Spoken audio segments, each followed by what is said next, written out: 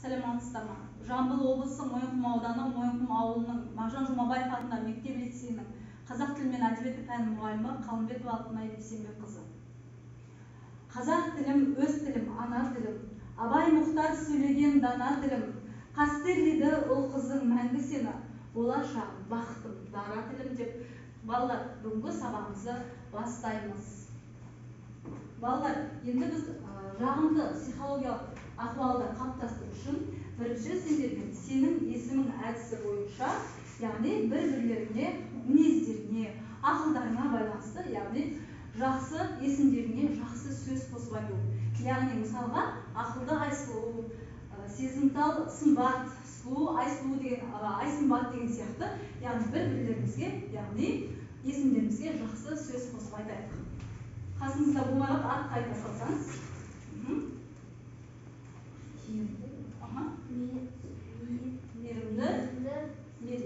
Мейірімді, мейірім. Ары қарай жылдам айтады. Дауыстан шығарыңдар.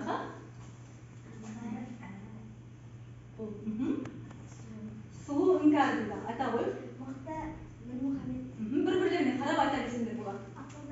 Ақылды Айнар дейді. Айта ғой. Қылықты Аялу дейді. Әдемі Аялу дейді. Нұрлы Нұрсерік.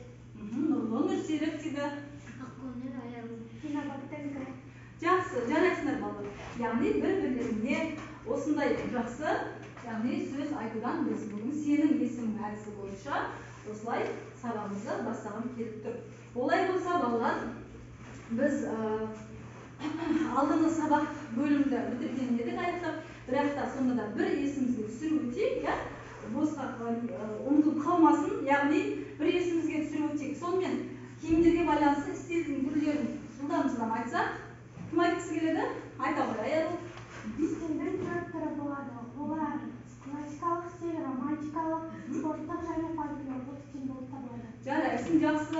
Одан кейін осы классикалық, спорттық стильдер туралы білетіңіз бар ма? Қандай киімдер екен? Айта ғой, Аялу. Спорттық стиль дегеніміз ол спортта киетін жеңіл киімдер. Жеңіл киімдер екен. Одан кейін айта ғой. Қандай стиль бар екен? Білеміз. Кім айтады кәнекей? Кім айтады? Қандай стильдің түрлері бар еді тағы? Балалар? Дизайнер дегеніміз кім екен? Айта ғой. Дизайнер дегеніміз сәннің бағытқа қандай киім, қандай матадан тігілгенін анықтайтын адам. Жақсы, жарайсыңыз. Сән дегеніміз не екен? Сән киім кию мәдениеті. Ол адамның қоғамына қарай бөлінеді. Жақсы, сәнгер дегеніміз кім екен? Айта ғой, Еркежан. Көпшілікті шығып жаңа киім үлгілерімен таныстыратын адам.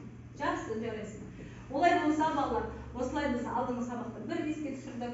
Енді бүгін біз қызығушылықты ояту себебінде, яғни біз сабақта бір-біріміздің атымызға жақсы теңеулер айттық. Ол не себепті деп ойлаймыз?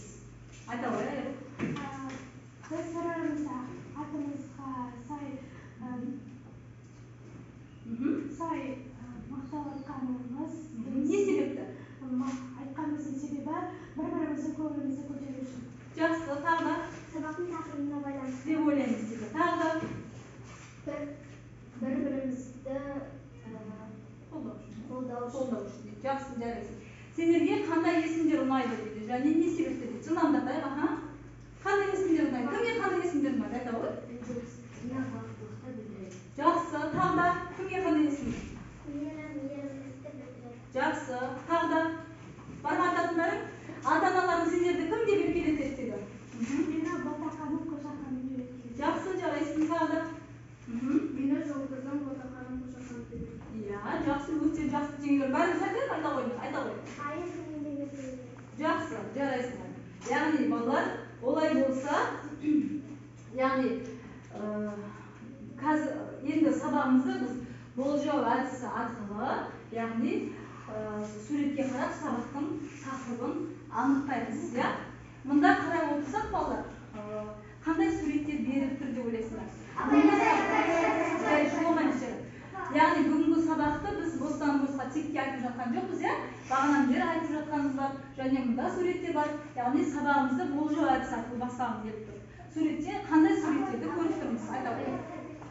Кішкентай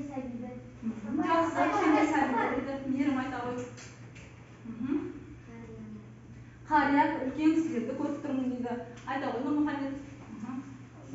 Неге байланысты деп ойлайсың? Ұлттық әдет ғұрыптарын болып жатқан сияқты дейді. Жақсы отыра ғой. Кім айта ғой? Және балаға ат қойып жатқан сияқты. Жарайсың, өте жақсы. Яғни балаға ат қойып жатқан сияқты дейді. Яғни бүгінгі сабақтың тақырыбы бізде ат қою, иә? Яғни қазір балалар сендерге оқу мақсатымен таныстырып өтейін.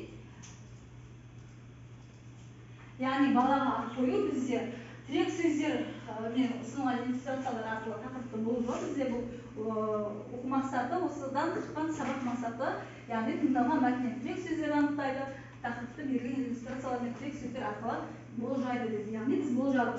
Балалар, бізде сендерге бағалау парақшасын таратып беремін. Осы арқылы сендер берілген тапсырмаларды өздеріңді, яғни бағалап отырасыңдар, иә, тапсырма бойынша. Енді жылдамдатып өздерің, яғни өздеріңді бағалап отырасыңдар.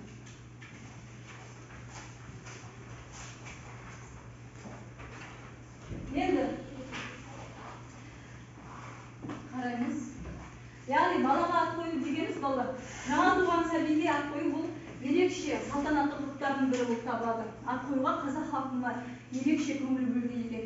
Яғни қазақта балаға ат қою наурыз айында туса наурызбай, айт күніне туса айтбай деп, яғни осындай сол сияқты әр балаға мысалы қызы көп балалар болса, одан кейін ұл қаласа ұл болсын, ұл туған деген сияқты аттарды қойған екен. Яғни қазақ халқында ат қоюға үлкен мән берген екен. Сол ат қойған баланың мысалы аты есімі қандай болса, болашақта соның өмірі, яғни соған байланысты деп те бізде айтады екен. Сол кездерде, бұрын кезде, қазір кезде де бар, үлкен кісілерге, дана кісілерге, ақылды кісілерге ат қоюға қолға салған екен. Сіз біздің сәлеміміздің атын қойыңызшы деген сияқты. Яғни оның қойған есімі де болашағына үлкен әсер етеді деп айтады, иә? Олай болса балалар, бізде тағы да қазір бейне роликті көреміз сабақ барысында. Олай болса, тез-тез күнді жазамыз, дәптерімізді ашамыз. Бірінші тапсырма дейміз. Ұшқыр қалам әдісі бойынша сіздерге мұнда тірек сөздер берілген екен. Осы тірек сөздер арқылы сөйлем құраймыз. Күнді жазып қояйық. Тақырыпты жазайық.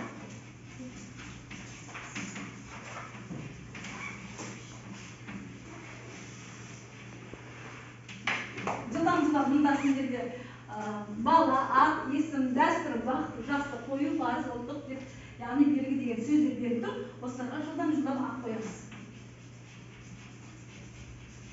Сөйлем құраймыз. Атқа байланысты, есімге байланысты. Кім болды? Бір сөйлемнен оқып шығайықшы. Балаға жақсы ат қою парыз. Жақсы, жарайсың. Тез. Қазақ халқында көптеген дәстүрлер көп. Мысалы, балаға ат қою және бесік салу. Жақсы, жарайсың. Балаға ат қою дәстүр. Жақсы. Жаңа туған балаға ат қою парыз. Парыз. Балаға жақсы ат есім қою бақыт әкеледі. Жарайсың, өте жақсы. Барлығымыз жазып қояйық, барлығымыз жазып, қазір дәптерімізді тексеріп шығамыз. Олай болса, дескриптор арқылы өздерің дұрыс орындадыңдар ма?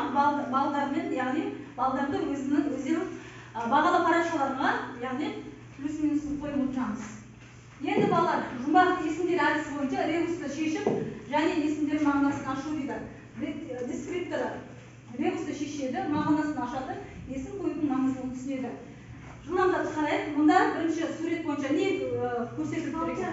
Айта ғой. Алтын нүкте. Және айдың суреті, иә? Қандай аты берілген? Шатастырма. Жоқ. Толғанай дейді. Өте дұрыс. Толғанай неге байланысты қойылған есім деп ойлаймыз? Неге байланысты? Табиғатқа байланысты. Жылдамдатып. Келесі сурет қандай? Келесі. Алина айта қойшы, жылдамдатамыз. Түлкімен бай. Түлкімен бай. Қандай аты? Түлкібай. Өте жақсы. Неге байланысты қойылған екен? Түлкібай деген жан жануарларға байланысты. Өте жақсы. Жарайсың. Келесі алты үзір, яғни нанның суреті. Айта қой. Кім айтады? Қандай аты?